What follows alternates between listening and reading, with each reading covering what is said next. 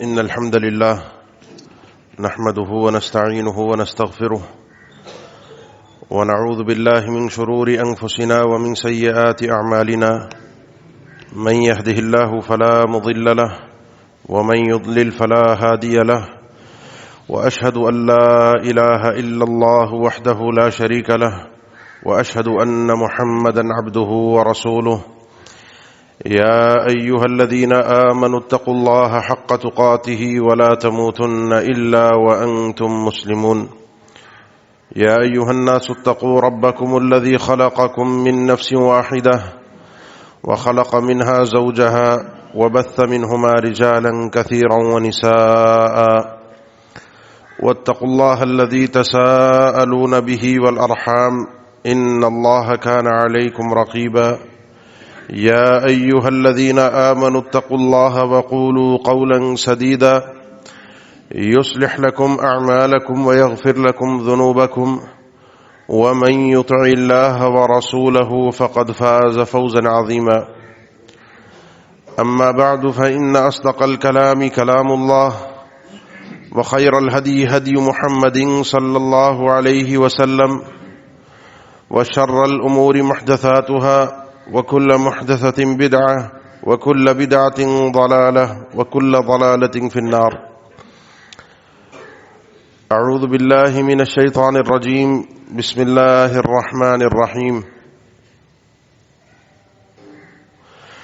وسارعوا إلى مغفرة من ربكم وجنة عرضها السماوات والأرض أعدت للمتقين.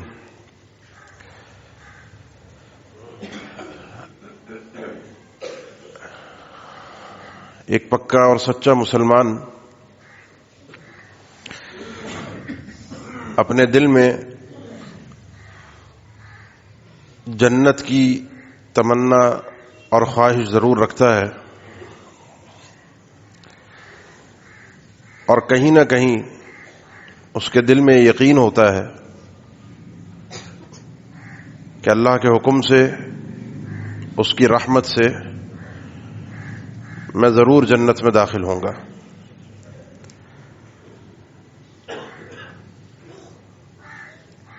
اب اس جنت میں داخلے کے لیے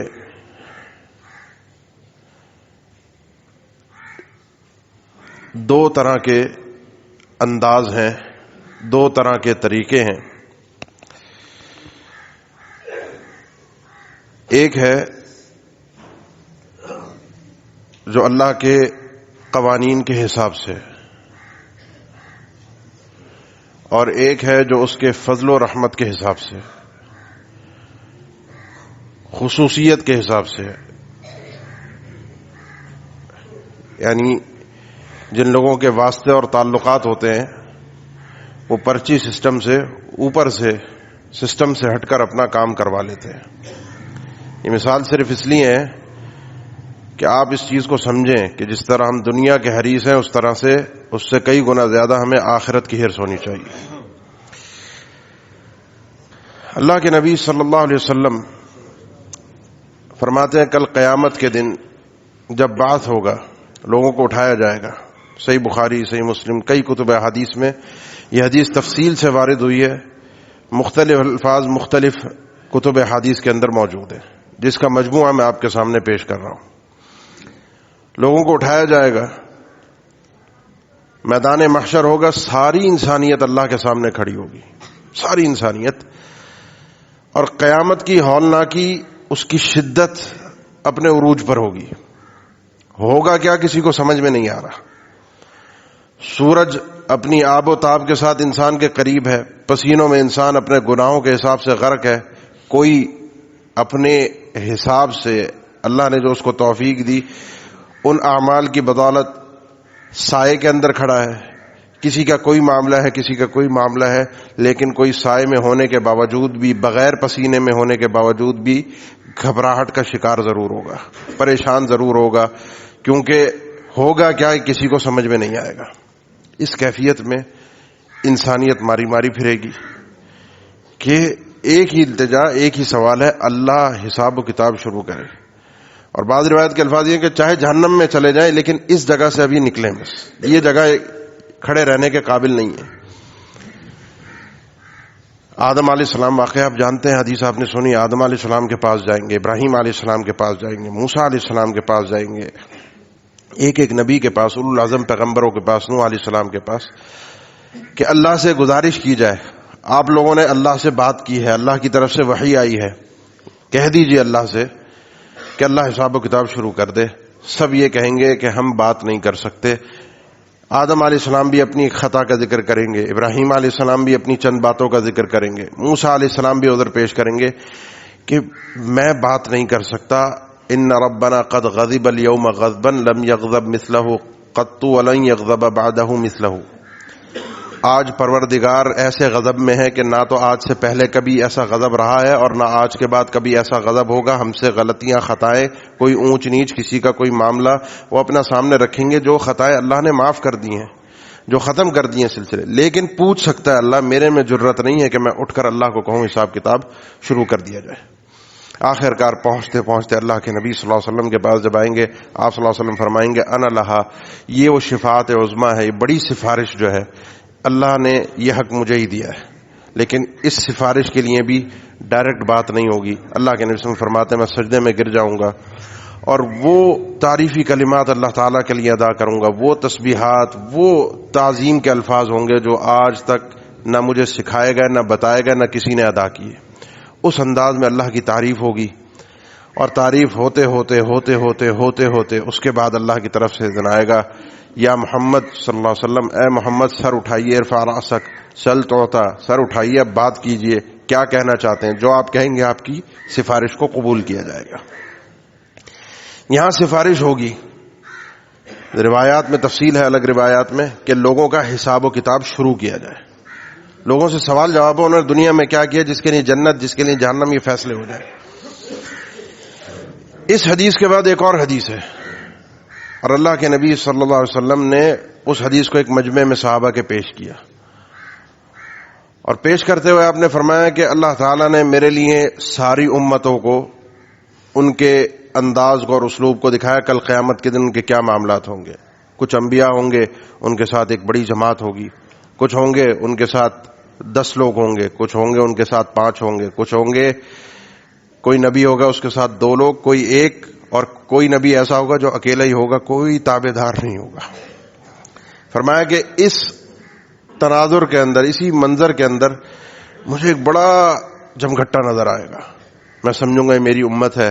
میں نے جبرائیل سے پوچھا، جبرائیل یہ میری امت ہے؟ انہوں نے فرمایا نہیں، یہ موسیٰ علیہ السلام اور ان کی امت ہے۔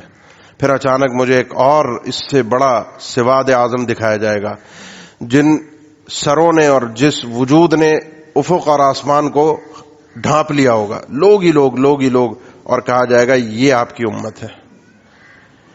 یہ امت وہ ہے کہ جس میں سے 70,000 لوگ، یدخلو فیہم منہم 70,000 بغیر حساب ولا عذاب، یہ 70,000 لوگ اس امت میں سے وہ ہوں گے جن سے اللہ کوئی سوال نہیں کرے گا، اور انہیں کوئی عذاب کل قیامت کے دن نہیں دیا جائے گا، بغیر سوال و جواب کے اور بغیر عذاب کے ان کو ڈائریکٹ جنت میں بھیجا جائے گا۔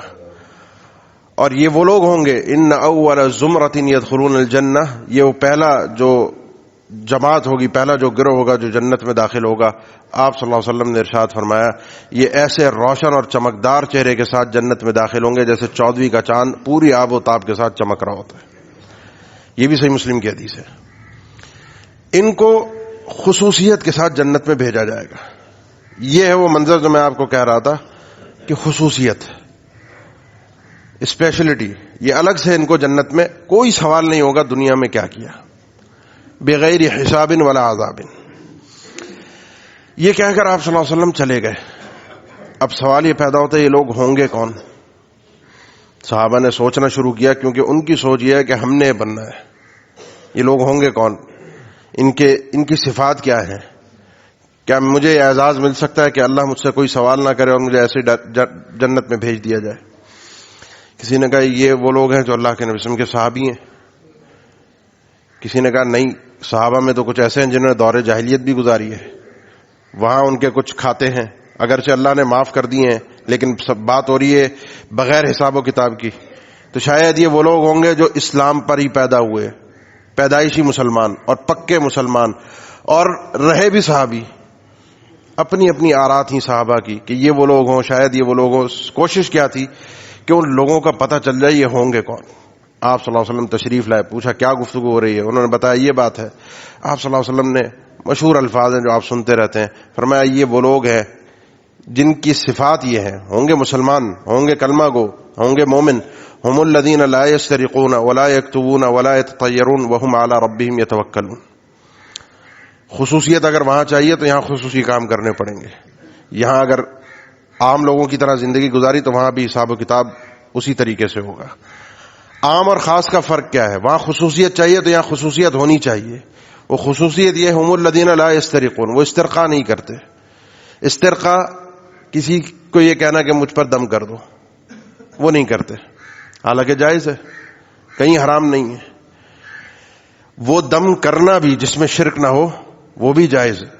دم کا کہنا کہ مجھ پر دم کر دیا جائے وہ بھی جائز. کئی صحابہ نے اللہ کے نبی صلی اللہ علیہ وسلم سے کہا، سیدہ عائشہ رضی اللہ تعالیٰ عنہ نے دم کروایا. حرام نہیں ہے، ناجائز نہیں ہے، غیر مفضول بھی نہیں ہے، لیکن بات یہ ہے کہ وہ لوگ ہیں جنہوں نے کوئی جواب وہاں نہیں دینا، تو یہاں ان کے لیے خصوصیت ہونی چاہیے مکمل. آخر میں جو اللہ نے الفاظ بیان فرمائے، اللہ کے نبی صلی اللہ علیہ وسلم نے بیان فرمائے، وَهُمْ عَلَىٰ رَبِّهِمْ يَتَوَكَّلُونَ، پورا 100% رب پر بھروسہ کرنے والے ہیں. دم کرنا ہے خود ہی کر لیتے ہیں. اللہ کے نبی صلی اللہ علیہ وسلم خود دم کیا کرتے تھے. کوئی بھی معاملہ ہے خود، یعنی اللہ سے جو مدد مانگنی ہے، اللہ سے جو مسائل حل کروانے ہیں، اللہ سے جو بات چیت کرنی ہے، خود. لا یسترقون ولا یکتبون، کبھی نہیں کرتے، دغواتے نہیں ہے. وہ سینگنی لگوانا جس کو ایک حجامے کی ایک شکل ہے، آپ صلی اللہ علیہ وسلم نے فرمایا اس میں شفا ہے. 3 چیزوں میں شفا ہے، جس میں سے ایک یہ ہے کہ یہ آگ کے ساتھ یہ سینگنی لگانا، اور فرمایا کہ میں اسے پسند نہیں کرتا. یہ علاج جائز ہے، اس میں شفا ہے، لیکن وہ لوگ یہ علاج نہیں کرتے، اس نوعیت کے علاج کو نہیں اپناتے. مطلقاً علاج کی بات نہیں ہو رہی کہ مطلقاً وہ لوگ علاج ہی نہیں کرتے کسی بیماری کا، اس نوعیت کا علاج نہیں کرتے، اس طریقے سے علاج نہیں کرتے.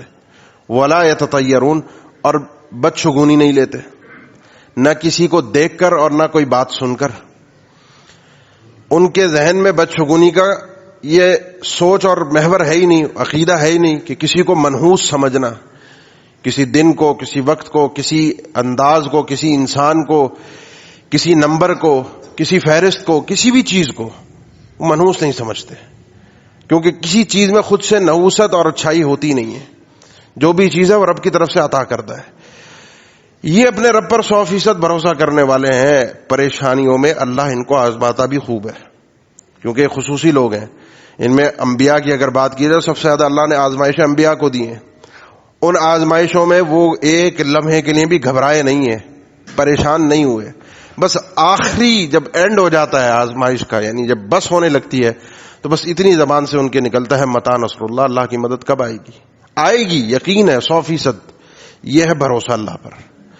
جس کے وجود میں، دماغ میں، عقیدے میں اندھا بھروسہ ہے اللہ پر، اسباب کو اختیار کرنے کے ساتھ، وہ بغیر حساب و کتاب کے جنت میں جائے گا. کیسے؟ یہ کیسے ہوتا ہے؟ انبیاء کیسے؟ متى نصر اللہ، اللہ کی مدد کیوں نہیں آ رہی، کیا آئے گی نہیں آئے گی، یہ سوال نہیں ہے. سوال یہ ہے کب آئے گی. آنا ضرور ہے، لیکن اب برداشت آخری لمحات پر پہنچ چکی ہے. اس کو ایک مثال سے سمجھیے. ایک شخص ہے، غریب ہے، قلاش ہے، بیمار ہے، پریشان ہے، پیسہ نہیں ہے، مشکلات میں گھرا ہوا ہے. اسے اچانک اطلاع ملتی ہے کوئی تمہارا دور کا رشتہ دار، کوئی امریکہ یورپ میں رہتا تھا، وہ مر گیا، ارب پتی تھا، اس دنیا سے چلا گیا، اس کا کوئی ولی وارث نہیں ہے، اس کی جائیداد کے لیے تمہیں منتخب کیا گیا ہے، اور وہ جائیداد تمہیں ملے گی، لیکن وہ ان کے قانونی مراحل ہیں وہ طے ہونے کے بعد، اور وہ سال کا عرصہ اس میں لگ جائے گا. سال بعد یہ کروڑوں اربوں روپے تمہارے اکاؤنٹ میں آ جائیں گے. غریب ہے، پریشان حال ہے، لیکن 1 سال لگے گا. اب یہ 1 سال کس طریقے سے گزارے گا؟ پوری اس یقین کے ساتھ کہ 1 سال بعد میرے حالات بدل جائیں گے، 1 سال بعد میرے پاس یہ پیسہ آئے گا، 1 سال بعد میری پریشانی ختم ہو جائے گی، 1 سال بعد میرے لیے سہولتیں ہوں گی، 1 سال بعد میں اس دنیا کا سکھ چین سے جینے والے لوگوں میں سے ایک آدمی بن جاؤں گا. پورا یقین ہوگا. یہ یقین بہت تھوڑا ہے جو انبیاء کا یقین تھا متى نصر اللہ میں. آئے گی ضرور اللہ کی مدد، کب آئے گی؟ یہ ہے اللہ پر حقیقی بھروسہ. جو آدمی پورے اخلاص کے ساتھ اسباب کو اختیار کرتے ہوئے اللہ پر بھروسہ کر کے زندگی گزارتا ہے، پوری امیدیں اس کی اللہ سے وابستہ ہوتی ہیں، ہر تکلیف اور پریشانی میں وہ جنت میں بغیر حساب و کتاب کے جائے گا۔ یہ ہے ایک مومن کی سوچ۔ آگے چلیے، اب اس کے بعد تقسیم ہوگی، حساب و کتاب ہوگا، کسی کو اس کے گناہ دکھائے جائیں گے، بتائے جائیں گے، فہرست سامنے آئے گی، مالی ھذا الکتاب لا یغادر صغیرۃ ولا کبیرۃ الا احصاها، ایک ایک گناہ اس کے سامنے آئے گا، چھوٹا ہو بڑا ہو، کسی کو اس کے بڑے گناہ دکھائے جائیں گے، اللہ کی اس سے سرگوشی ہوگی، اور اللہ فرمائے گا یہ ان گناہوں پر میں نے دنیا میں پردہ رکھا تھا، آج بھی پردہ ہے، آج بخش بھی رہا ہوں، ایسی جنت میں چلے جاؤ۔ حساب و کتاب ہوا، جنت میں چلا گیا۔ یہ مراحل چلتے رہیں گے جنت میں جانے کے، کسی کا حساب و کتاب ہوگا، کسی کے گناہ آئیں گے، کسی کا کوئی مسئلہ آئے گا، کسی کا کوئی مسئلہ آئے گا، یہ لوگ آخر کار جنت تک پہنچتے جائیں گے۔ کچھ لوگ ایسے آئیں گے جن کے بارے میں راجح قول ہے اصحاب الاعراف، نیکیاں اور گناہ برابر برابر، اللہ کی رحمت مل نہ سکی ابھی ابتدائی مرحلے میں، درمیان میں ان کو کھڑا کر دیا گیا، ادھر جنت ہے ادھر جہنم ہے، وہ ادھر کے بھی نظارہ کر رہے ہیں ادھر کا بھی نظارہ کر رہے ہیں، جنت میں جانے کی امید ہے، جہنم سے بچنے کا ڈر ہے، ان کو بھی بالآخر جنت میں بھیج دیا جائے گا۔ یہ ایک لمبی تفصیل ہے کہ یہ وہ لوگ ہوں گے جو حساب و کتاب کے بعد بغیر عذاب کے جنت میں جائیں گے۔ پہلے وہ لوگ تھے جو بغیر حساب کے اور بغیر عذاب کے گئے تھے، یہ وہ لوگ ہیں جو حساب کے بعد گئے تھے لیکن بغیر عذاب کے گئے تھے، عذاب جہنم کا، باقی جو آخرت کے جھٹکے ہیں وہ ان کو لگیں گے۔ لیکن اس کے بعد جو مرحلہ ہے وہ خطرناک ہے، اور وہ مرحلہ ہے کہ جو انسان اس دنیا سے رخصت ہوا، مسلمان تھا، مومن تھا، اللہ پر بھروسہ رکھنے والا تھا، لیکن اس کا بھروسہ کم تھا، اس کے نامہ اعمال میں نیکیاں کم تھیں، گناہ زیادہ تھے، پہنچ گیا آخرت کے میدان میں، نمازی بھی تھا کیونکہ آگے میں روایت پیش کروں گا، روزے بھی رکھتا تھا، نیکی کے کام بھی کرتا تھا، میں آخرت کے میدان میں پہنچا، کوئی بھی وجہ بنی، گناہ زیادہ تھے یا مظلوم کھڑے ہوئے تھے کہ یہ ظالم تھا، اس کی نیکیاں ہمیں دے دی جائے، اس کی نیکیاں انہیں دی جائیں گی، وہ حج، نماز، روزہ، زکوٰۃ ان لوگوں کو چلا جائے گا، اس کو جہنم میں ڈال دیا جائے گا۔ یہ خطرناک مرحلہ ہے۔ یہ وہ آدمی ہے جس کا حساب بھی ہوا اور جسے عذاب بھی ملا، اور اس کے بارے میں طبرانی اور دیگر کئی کتب حدیث میں احادیث آتی ہیں کہ میری امت میں من اہل القبلہ، اس امت اسلام میں سے يدخل فی النار من لا یحصی عددهم الا اللہ، اس امت کے اہل قبلہ کے مسلمان لوگ جتنے جہنم میں داخل ہوں گے ان کی تعداد اللہ کے علاوہ کوئی نہیں جانتا۔ یہ بھی مت سمجھیے کہ کوئی 2 4 8 10 20 50 لوگ ہوں گے، اتنی تعداد ہوگی کہ جس کا ذکر نہیں، وہاں 70,000 کا ذکر ہے، 70,000 کا ذکر ہے بغیر حساب اور عذاب، اور یہاں پر کسی بھی تعداد کا ذکر نہیں ہے کہ کتنا عدد ہوگا، کتنے لوگ ہوں گے، بے حساب جہنم میں جائیں گے، اور اتنے ہوں گے کہ اب آپ سنتے جائیے، اب شفاعت کا مرحلہ آئے گا۔ ایک شفاعت عظمیٰ تھی جو نبی صلی اللہ علیہ وسلم کو عطا ہوئی تھی، نبی صلی اللہ علیہ وسلم اس کے بعد بھی سفارش کریں گے، حساب کے بعد بھی سفارش کریں گے، اللہ ان کو عذاب نہ ملے، میرے امتی ان کو جنت میں، جو اللہ اجازت دیتا جائے گا۔ لیکن جہنم میں جانے کے بعد بھی اب انبیاء کی شفاعت بھی ہوگی، مومنین کی شفاعت بھی ہوگی، فرشتوں کی شفاعت بھی ہوگی۔ مومنین کی شفاعت کا تذکرہ اللہ کے نبی صلی اللہ علیہ وسلم نے بیان فرمایا، اللہ سے یہ گزارش کریں گے کہ اللہ ہم وہ لوگ ہیں جو جنت میں آ گئے، ہمارے ساتھ کچھ لوگ تھے، یصلون معنا، یصومون معنا، ویعملون معنا، نمازیں ہمارے ساتھ پڑھا کرتے تھے، روزے بھی رکھتے تھے، سارے نیکی کے کام کرتے تھے، ہم جنت میں آ گئے، وہ نہیں آئے۔ دنیا میں ان کا بڑا ساتھ تھا، ہمارا مسجدوں میں ہم ساتھ اٹھتے بیٹھتے تھے، بڑی محبت تھی، بس تھے ان کے گناہ، ان کے لیے اللہ کی رحمت ان کے لیے نہ مل سکی، اللہ ان کو جہنم سے نکال دیا جائے، ان کو جہنم سے ان کی سفارش کی بنیاد پر نکالا جائے گا۔ یہ سفارش جو ہے یہ اللہ کے حکم سے ہے، جتنی ہے اتنی ہے، جس کے لیے ہے اس کے لیے ہے، سارے دلائل قرآن کے اندر موجود ہیں۔ من ذا الذی یشفع عندہ الا باذنہ، اللہ کے حکم کے بغیر کوئی سفارش نہیں کر سکتا۔ جس کے لیے سفارش کی جائے گی وہ بھی اللہ کے اذن کا اور حکم کا محتاج ہے کہ اس کے لیے سفارش ہوگی۔ ولا یشفعون الا لمن ارتضى، جس کے لیے اللہ راضی ہوگا اس کی سفارش کی جائے اس کے لیے سفارش ہوگی، اور جتنی سفارش کا حکم ہوگا اتنی ہوگی۔ تو یہ تو اعزاز اور اکرام ہے ان لوگوں کو کہ جو اہل ایمان ہوتے ہیں، عام طور میں دنیا میں چلتے پھرتے لوگ ہوتے ہیں، گزارے والے لوگ ہوتے ہیں، ان سے لوگ تعلقات نہیں بناتے، کیونکہ دنیا میں تعلقات بنتے ہیں دنیا کے مفادات کی بنیاد پر. جتنی آپ کی جیب بھاری ہے اتنا ہی آپ کے ارد گرد جمگٹا ہے، اور جتنا جیب میں مال کم ہے اتنا ہی لوگوں کی نظروں میں آپ کی اور میری حیثیت کم ہے. یہ مال لوگوں کی نظروں میں حیثیت بناتا ہے، واسطے اور تعلقات، عہدہ، یہ حیثیت بناتے ہیں. تو ان لوگوں کے پاس عہدے عام طور پہ نہیں ہوتے تھے. ان کو وہاں اللہ اس قسم کی عزت دے گا کہ ان کے کہنے پر تمہیں جہنم سے نکالا جا رہا ہے، جنت میں ڈالا جا رہا ہے. یہ مرحلہ بھی گزرے گا. پھر صحیح مسلم کی حدیث، صحیح بخاری کی حدیث، آخر میں فرشتوں کا تذکرہ ہے.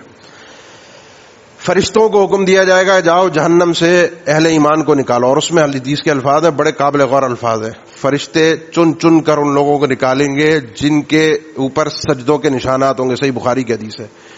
یعرفون من آثار السجود، سجدوں کے نشانات سے ان کو پہچان کر جہنم سے نکالا جائے گا. اور حدیث میں صراحت ہے ان اللہ حرم علی النار ان تأکل، اللہ نے جہنم کے اوپر، جہنم کی آگ پر حرام کیا ہے کہ کسی نمازی کے اعضاء سجدہ کو وہ اثر پہنچا سکے. کوئی اثر نہیں ہوگا، لیکن نمازی ہو کر جہنم میں جائے گا، نمازی ہو کر جہنم میں جائے گا. یہ ہے خطرناک بات، یہ ہے سوچنے والی بات. بہرحال ان کے اعضاء سجود سے، سجدے کے اعضاء سے، پیشانی ہے، ہاتھ ہے، گھٹنے ہیں، پاؤں ہیں، ٹخنے ہیں، ان کے ذریعے سے پہچان کر ان کو نکال لیا جائے گا. سب کی سفارش پوری ہو گئی، سارے ظاہری کام پورے ہو گئے. اس کے بعد دیگر روایات میں صراحت اللہ تعالیٰ فرمائے گا سب کی سفارشوں سے نکلے ہو. ابھی ارحم الراحمین نے خود سے، وہ بھی خود ہی تھا، وہ بھی اللہ کی رحمت ہی تھی لیکن سفارش تھی، اب اللہ نے خود نکالنا ہے. اور حدیث کے الفاظ ہیں اللہ تعالیٰ اس وقت فرمائے گا وعزتی وجلالی لأخرجن من النار من قال لا الہ الا اللہ، مجھے میرے جلال اور عزت کی قسم اس جہنم سے ہر وہ آدمی نکلے گا جس نے لا الہ الا اللہ پڑھا ہوگا. پھر ایسے لوگوں کو نکالا جائے گا جن کے دل میں رائی کے دانے کے برابر بھی ایمان ہوگا. اور یہ بات ذہن میں رکھیے کہ لا الہ الا اللہ خالصا من قلبہ،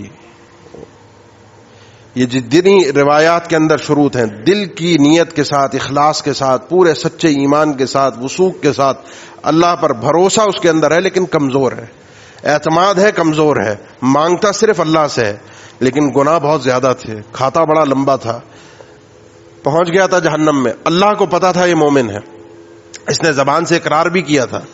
اس کو اب جہنم سے نکالا جائے گا. یہ جب جہنم سے نکلیں گے تو ایک آخر میں بچے گا، یہ بھی بخاری اور مسلم کی اور کئی کتب حدیث میں حدیث آئی ہے، جس کو اس حدیث کو جمع کیا ہے امام ابن الاثیر نے جامع الاصول کے اندر.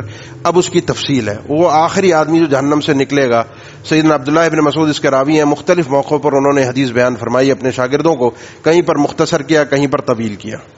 اب یہ آخری آدمی جب یہ دیکھے گا تو جہنم کے اندر اللہ سے دعا کرے گا اور بار بار کرتا رہے گا اخرجنی من النار، اللہ مجھے بھی جہنم سے نکال دے، میں بھی مومن ہوں. کافر بھی کہتے رہیں گے، کافر بھی کہتے رہیں گے ہمیں جہنم سے نکال دیا جائے، لیکن وہ کافر ہیں. یہ آخری مومن ہوگا، یہ آخری آدمی، اللہ کے نبی صلی اللہ علیہ وسلم فرمایا یہ آخری انسان ہے، آخری انسان ساری انسانیت میں سے جس کو جہنم سے نکال کر جنت میں ڈالا جائے گا. اس کے بعد کوئی انسان جو جہنم میں ہے وہ ابدی جہنمی ہے. یہ دعا کرتا رہے گا، کرتا رہے گا، کرتا رہے گا. اللہ اس کی دعا کو سنے گا، پوچھے گا کیا چاہیے؟ اللہ جہنم سے نکلنا ہے. صحیح بخاری کے الفاظ ہیں. اللہ کہے گا اس کے علاوہ کوئی اور فرمائش اور خواہش؟ کہے گا نہیں، صرف جہنم سے باہر آنا ہے اور کچھ نہیں چاہیے. اللہ اسے جہنم سے نکالے گا اور کہے گا یہ ایک ہی خواہش ہے، اس کے علاوہ کوئی اور خواہش میں اب سوال مت کرنا، کوئی دعا مت ہو. وہ جہنم سے جب نکلے گا، نکلنے کے بعد اس کی جو زبان پر الفاظ ہوں گے اللہ کے نبی صلی اللہ علیہ وسلم نے بیان فرمایا، صحیح مسلم کے الفاظ ہیں اعطانی اللہ شیئا، اللہ نے مجھے وہ چیز آج اس دنیا میں عطا کی ہے لم یعطی احدا من الاولین والآخرین، جو نعمت اور جو احسان اللہ نے کسی پر نہیں کیا پوری انسانیت میں سے، اول و آخر ہر انسان میں سے، ساری انسانیت پر جو احسان مجھ پر کیا کسی پر نہیں کہ جہنم کو دیکھ کر آیا ہوگا. لیکن یہ جب جہنم سے نکلے گا تو حدیث کے الفاظ ہے پورا جل کے راکھ ہو چکا ہوگا. پھر اس کے اوپر پانی انڈیلا جائے گا جس کو ماء الحیا کے نام سے، زندگی کا پانی، وہ اس کے اوپر جب ڈالا جائے گا تو یہ صاف ستھرا ہو جائے گا. اب جہنم سے باہر آ گیا. اب صحیح مسلم کی حدیث میں تفصیل سے ذکر ہے، اللہ تعالیٰ اس کو ایک درخت دکھائے گا، تھوڑا سا دور ایک درخت ہوگا، اس کا سایہ ہوگا، اس کے پاس پانی ہوگا. پھر اللہ سے التجا شروع ہوگی، اللہ یہ درخت ہے، اس کے پاس جانا ہے، وہاں بیٹھوں گا، پانی پیوں گا، یہ زندگی ہے. اللہ فرمائے گا ابھی تو کہا تھا آخری خواہش یہی ہے کہ جہنم سے نکل جاؤ. اللہ یہ بھی ایک خواہش ہے. اللہ کہے گا ٹھیک ہے یہ خواہش پوری کر رہا ہوں، اور کوئی خواہش مت کرنا. وہاں پہنچ جائے گا. پھر ایک اور اس کو درخت، اس سے اچھا درخت دکھایا جائے گا، پانی بھی ہوگا، صبر تو کرتا رہے گا لیکن کیا اٹھے گا، اللہ وہ درخت وہاں تک پہنچا دے. اللہ کہے گا وہ وعدہ، کہے گا اللہ دعا ہے، درخواست ہے. اور یہ بات یاد رکھیے، اللہ انا عند ظن عبدی بی، بندہ جو میرے بارے میں خیال کرتا ہے، جو میرے بارے میں جیسا مجھے سمجھتا ہے، میں ویسے ہی اس کے ساتھ پیش آتا ہوں. میرے بارے میں یہ دنیا کے اندر اور آخرت کے اندر اللہ کے بارے میں انسان کے دل میں جو خیالات ہیں کہ اللہ کیا ہے، اللہ کیا کر سکتا ہے، اللہ مجھ پر کتنا مہربان ہے، جتنا وہ سوچتا ہے اللہ اس کے ساتھ ویسے ہی پیش آتا ہے. دوسرے درخت پر پہنچ جائے گا، پھر آگے تیسرا درخت بھی ایسے ہی دکھایا جائے گا، تیسرے پر بھی پہنچے گا یہی التجائیں کر کے، آخرکار اسے جنت کا دروازہ دکھایا جائے گا.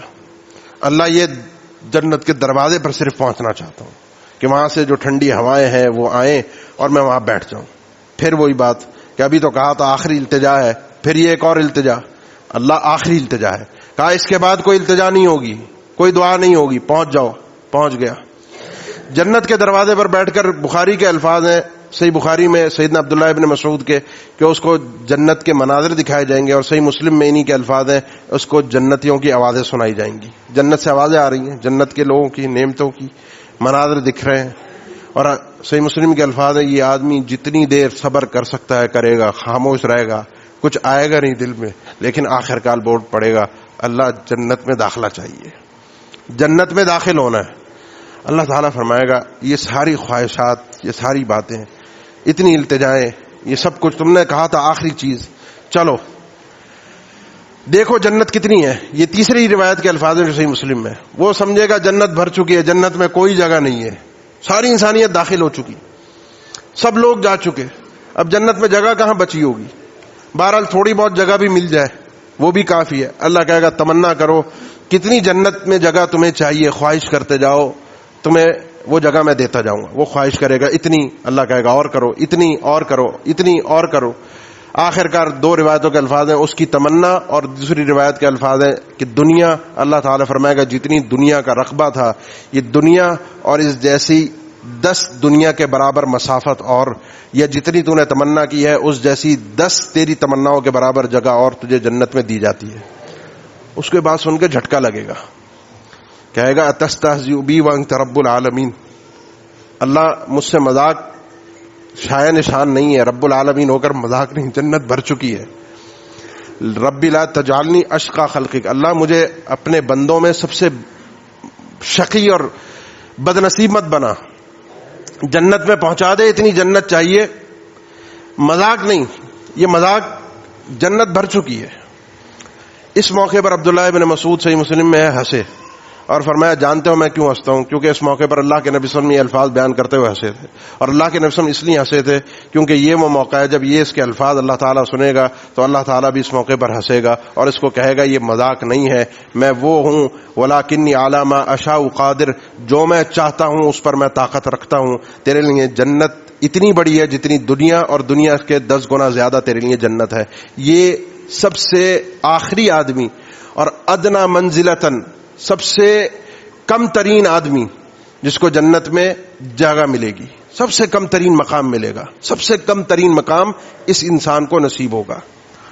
ایک وہ پہلے لوگ تھے بلا حساب ولا عذاب، کوئی حساب اور عذاب نہیں تھا، اور ایک یہ آخری آدمی ہے جو حساب بھی ہوا اور عذاب بھی ہوا، اور عذاب بھی بڑا شدت کا ہوا.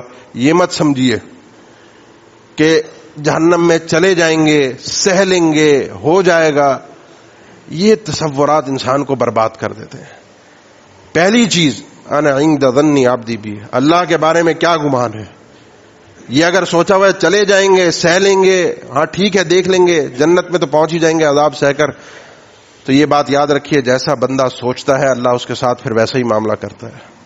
اور اگر گمان یہ ہے، سوچ یہ، خیال یہ، جستجو یہ ہے کہ کل قیامت کے دن باعزت طریقے سے بغیر حساب کے اور بغیر عذاب کے جنت میں جانا ہے. تو انا عند ظن عبدی بھی، لیکن اس کے لیے کوشش ویسی چاہیے. وہاں خصوصیت چاہیے تو یہاں خصوصیت ہے. ہاں کسی کا حساب بھی ہوگا لیکن عذاب نہیں ہوگا، وہ بھی جنت میں پہنچ جائے گا.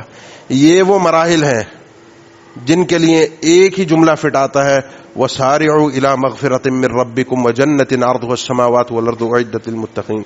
بھاگو دوڑو، سابقو الفاظ ہیں قرآن کے، سبقت لے جاؤ، ایک دوسرے سے آگے نکلو، جلدی کرو، دوڑ مقابلہ ہو. کیسا مقابلہ؟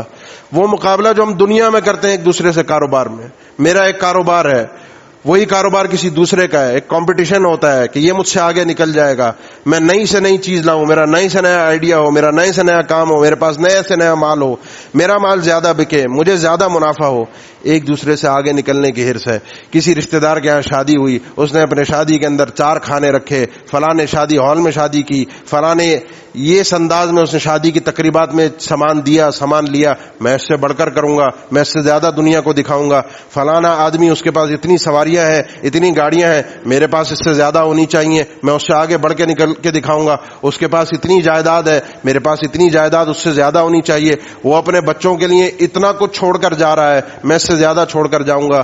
یہ مسابقت قبول ہے، منظور ہے. یہ ریس اور یہ حرص صرف اور صرف آخرت کے لیے.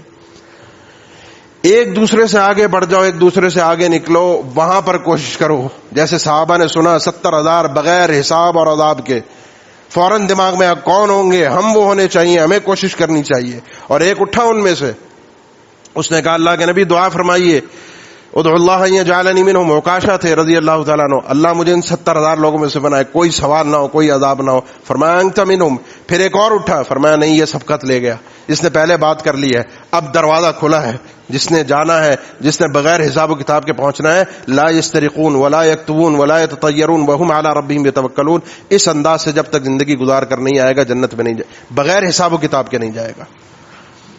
اب دیکھیے، سوچئے آپ اور میں کہاں کھڑے ہیں، ہماری کتنی حرص اور لالچ ہے، ہمارے اندر کتنی تمنا ہے جنت میں آگے بڑھنے کی. میں کسی کو دیکھتا ہوں، وہ تہجد گزار ہے، وہ نماز پڑھتا ہے، وہ سنت ادا کرتا ہے، مجھے خوشی ہوتی ہے، میں اس سے آگے بڑھنے کی کوشش کروں، میری نوافل اس سے زیادہ ہونے چاہیے. کوئی ہے وہ روزے رکھتا ہے پیر جمعرات کے، مجھے پتہ چلتا ہے، میرے اندر حرص پیدا ہو، یہ صرف پیر جمعرات کے رکھتا ہے، میں ایام 20 کے 20 کے ساتھ رکھوں گا، پیر جمعرات بھی ہوگی، یہ بھی ہوگا.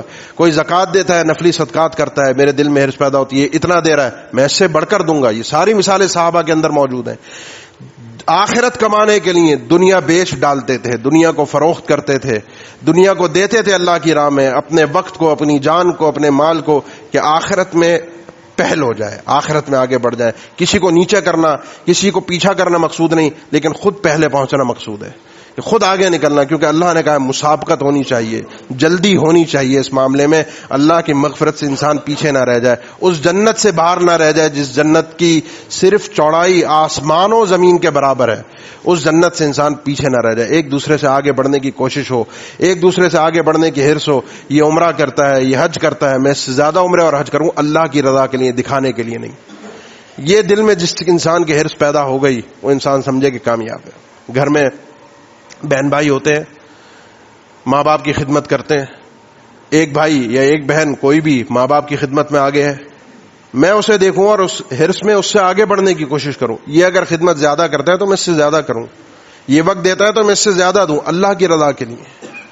یہ جب تک سوچ نہیں بنے گی، جب تک یہ بلا حساب ولا عذاب، یہ فضیلت بھی نہیں ملے گی. بغیر حساب اور عذاب والوں کے لیے بڑے مرحلے ہیں، بڑی زندگی کو گزارنا ہے، یہاں قربانیاں دینی ہے، تبھی تو وہاں پر یہ عزت اور یہ احترام ملے گا کہ بغیر حساب اور عذاب کے انسان جنت میں جا رہا ہے. جب تک یہ کوشش نہیں کریں گے یہ مقام نصیب نہیں ہوگا. یہ کوشش کرنی ضروری ہے، یہ حرص کرنی ضروری ہے. صحابہ کرام اللہ کے نبی صلی اللہ علیہ وسلم کے پاس آئے، اللہ کے نبی یہ امیر لوگ جنت میں ہم سے پہلے نکل گئے، آگے بڑھ گئے، ان کا تو اجر و ثواب کا کھاتا بڑھ گیا. کیوں جی؟ نماز یہ بھی پڑھتے ہیں، ہم بھی پڑھتے ہیں، روزے یہ بھی رکھتے ہیں، ہم بھی رکھتے ہیں، لیکن یہ صدقہ کرتے ہیں، ہم نہیں کر سکتے، ہمارے پاس نہیں ہے. فرمایا ٹھیک ہے، یہ ذکر لو، نماز کے بعد بیٹھو، 33 بار سبحان اللہ، 33 بار الحمدللہ، 33 بار اللہ اکبر، یہ پڑھو، تم ان سے آگے بڑھ جاؤ گے. آگے کیا پڑھنا تھا؟ وہ بھی صحابہ تھے، وہ بھی صحابہ تھے، ان کو پتہ چلا، انہوں نے کہا ہم کیوں پیچھے رہیں، ہم نے بھی یہ کام کرنا ہے. پھر آئے غریب لوگ اللہ کے نبی صلی اللہ علیہ وسلم کے پاس کہ اللہ کے نبی ان کو پتا چلا وہ بھی یہ کر رہے ہیں. آپ نے فرمایا پھر تو ذالک فضل اللہ یؤتی من یشاء، یہ اللہ کا فضل ہے جو اللہ عطا فرماتا ہے. اس کا مطلب کیا ہے؟ اس کا مطلب یہ ہے کہ اس مسابقت میں اللہ سے فضل، اس کی توفیق مانگنا ضروری ہے. یہ ریس اس وقت تک انسان نہیں جیت سکتا جب تک اللہ کی توفیق اس کے ساتھ نہ ہو. خود سے نہیں جیت سکتا، خود سے محنت نہیں کر سکتا، خود سے انسان کچھ نہیں کرتا. دنیا خود سے نہیں کما سکتا تو آخرت کہاں خود سے کمائے گا؟ اللہ پر بھروسہ کرے، اللہ سے مانگے، کوشش کرے. یہ جب تک نہیں کرے گا، دل میں حرص پیدا نہیں کرے گا، آخرت میں جنت نہیں ہے. نمبر 1. نمبر 2 اور آخری بات، جنت صرف اور صرف اہل ایمان اور اہل توحید کے لیے ہے. یہ بات ذہن میں رکھیں. وہ آدمی جنت میں نہیں جائے گا جس کے پاس ایمان نہیں ہے. یہ یہودیوں کا نظریہ تھا، لن تمسنا النار الا ایاما معدودہ، جہنم میں ہم چند دن جائیں گے اگر جائیں گے. ہم یہودی نسب کے اعتبار سے ہیں، خاندانی اعتبار سے جو ہمارے قبائل ہیں وہ سب کے سب جنتی ہیں، کیونکہ ہم یہودی قبیلے کے اندر پیدا ہوئے. یہ ان کی سوچ تھی. جہنم میں اگر گئے بھی، ہم اللہ کے چہیتے ہیں، لاڈلے ہیں، اپنی عوام کو انہوں نے یہ باتیں کہہ کر بیوقوف بنایا ہوا تھا، فضائل سنائے ہوئے تھے. لا یعلمون الکتاب الا امانیہ، خواہشات اور آرزویں اور تمناؤں پر ان کو چلا رہے تھے، جاہل لوگوں کو، اپنی عوام الناس کو. لیکن سب کو پتا تھا کہ ان کے آباء و اجداد میں ایسے گزرے ہیں جنہوں نے بچڑے کی عبادت کی تھی اور اللہ نے ان کو سزا دی تھی، سزا ملی تھی. تو اب آخرت میں اگر گئے بھی تو یہ چند دن جائیں گے جتنے دن بچڑے کی عبادت ہوئی تھی، شاید اتنے دن ہمیں جہنم میں جانا پڑے، ورنہ جنت ہماری. اللہ نے فرمایا نہیں، یہ جنت نہ یہودیوں کی ہے، نہ عیسائیوں کی ہے، نہ مسلمانوں کی ہے، کسی کی وراثت نہیں ہے. اس کا مالک جنت اور جہنم کا اکیلا اللہ ہے. اور اللہ بلا من کسب سیئۃ واحاطت به خطیئۃ فاولئک اصحاب النار هم فیہا خالدون. سنو، جنت اور جہنم میں لوگ جائیں گے، جہنم میں وہ جائیں گے جو گناہگار ہیں اور ان کے گناہوں نے ان کو گھیر ڈالا ہے، اوپر سے نیچے تک گناہوں میں لت پت ہے، جس میں سر فہرست شرک ہے، جس کے نامہ اعمال میں شرک ہے. فاولئک اصحاب النار هم فیہا خالدون، یہ جہنم میں جائیں گے، جہنم میں رہیں گے. والذین آمنوا وعملوا الصالحات، ہاں وہ لوگ جو ایمان لائے اور جنہوں نے نیک عمل کیے. وہ یہودی اپنے زمانے کے یہودی تھے نسب کے، انہوں نے اللہ پر ایمان رکھا، موسیٰ علیہ السلام پر ایمان رکھا. بعد میں عیسیٰ علیہ السلام کے بعد وہی لوگ عیسائی بنے، عیسیٰ علیہ السلام پر بھی ایمان لائے، اللہ پر ایمان. بعد میں اللہ کے نبی صلی اللہ علیہ وسلم پر ایمان لائے، اللہ پر ایمان. فاولئک اصحاب الجنۃ هم فیہا خالدون، یہ جنتی ہیں اور یہ ہمیشہ رہیں گے.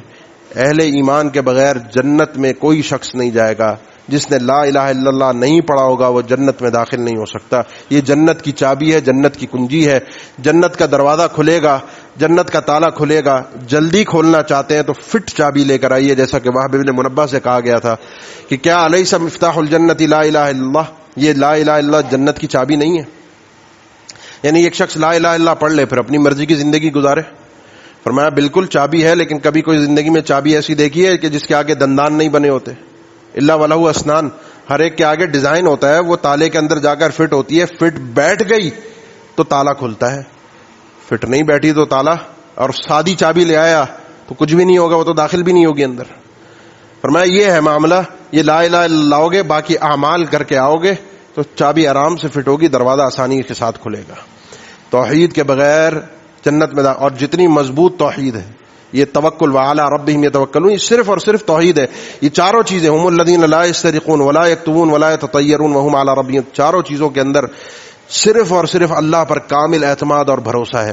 جس شخص کے پاس یہ مکمل اعتماد ہے، مکمل توحید ہے، بغیر حساب اور عذاب کے وہ جنت میں جائے گا. اور جیسے جیسے یہ کمزور ہوتی جائے گی توحید، ویسے ویسے سلسلہ کمزور ہوتا جائے گا، پھر آخر کار جہنم میں بھی پہنچے گا، آخر کار جہنم سے نکلے گا بھی. لیکن یہ ایک مومن کے لیے قابل قبول نہیں ہونا چاہیے کہ ایک لمحہ بھی وہ جہنم میں جائے. اس کی کوشش اور کاوش ہی ہونی چاہیے، ذہن ہی ہونا چاہیے، اعلیٰ سوچ کہ میں ہوں وہ آدمی جو انشاءاللہ اللہ کی رحمت سے، فضل سے، اللہ کی توفیق سے میں بغیر حساب کے اور عذاب کے جنت میں جاؤں گا. اس کے لیے ہم کوشش بھی کریں، اس کے لیے دعا بھی کریں، تمنا بھی رکھیں، آرزو بھی رکھیں، اور اللہ پھر ساتھ دینے والا ہے. جو بھی مراحل ہوئے وہ سب اللہ کی رحمت پر ہوں گے. اقول قولی ھذا واستغفر اللہ لی ولکم واخر دعوانا الحمد للہ رب العالمین.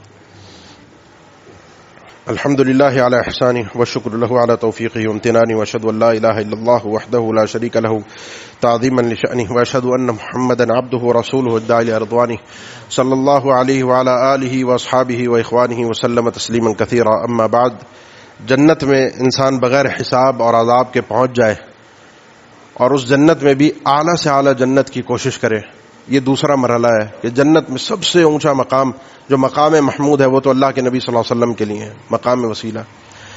اس کے بعد اللہ کے نبی صلی اللہ علیہ وسلم کی مجاورت، آپ کا ساتھ، آپ کا پڑوس اسے نصیب ہو، وہ ایک اور فہرست ہے، اس کے لیے اور اعمال ہیں، اس کے لیے ایک اور دروازہ ہے۔ یہ کوششیں ہیں اور کاوشیں ہیں جو ایک مومن کے دل و دماغ میں گھومتی ہیں صبح سے رات تک کہ کس طرح میں نے جنت تک آسانی کے ساتھ پہنچنا ہے اور جنت میں ایک اونچا مقام حاصل کرنا ہے۔ یہ ایک مومن کی اعلیٰ سوچ ہے۔ مومن وہ ہے جو اس انداز سے اسی سوچ کو دل و دماغ میں لے کر بیٹھتا ہے۔ اللہ تعالی ہماری سوچ اور سمجھ کو بھی اسی ایمان کی سوچ سے منور فرما دے۔ ان الحمد للہ نحمده ونستعینه ونستغفره ونعوذ باللہ من شرور انفسنا ومن سیئات اعمالنا من يهده الله فلا مضل له ومن يضلل فلا هادي له واشهد ان لا اله الا الله وحده لا شريك له واشهد ان محمدا عبده ورسوله اللهم صل على محمد وعلى ال محمد كما صليت على ابراهيم وعلى ال ابراهيم انك حميد مجيد اللهم بارك على محمد وعلى آل محمد كما باركت على إبراهيم وعلى آل إبراهيم إنك حميد مجيد عباد الله إن الله يأمر بالعدل والإحسان وإيتاء ذي القربى وينهى عن الفحشاء والمنكر والبغي يعظكم لعلكم تذكرون فاذكروا الله الجليل يذكركم واشكروه على آلائه ونعمه يزدكم ولذكر الله أكبر والله يعلم ما تصنعون